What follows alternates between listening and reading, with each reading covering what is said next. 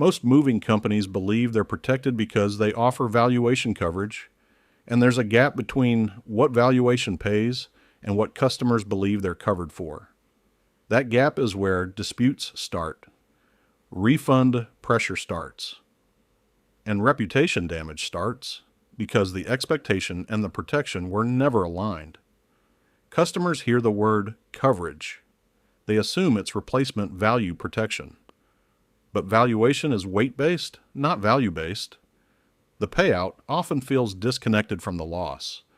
That disconnect creates escalation. The strongest moving companies don't wait for that gap to create friction.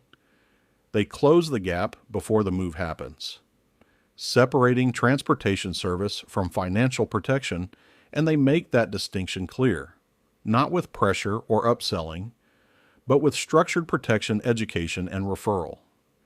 Because when protection is explained clearly and offered correctly, three things happen. Customer trust increases, disputes decrease, and operational drag goes down. Protection isn't just about payout, it's about expectation alignment, and expectation alignment is what protects your operation.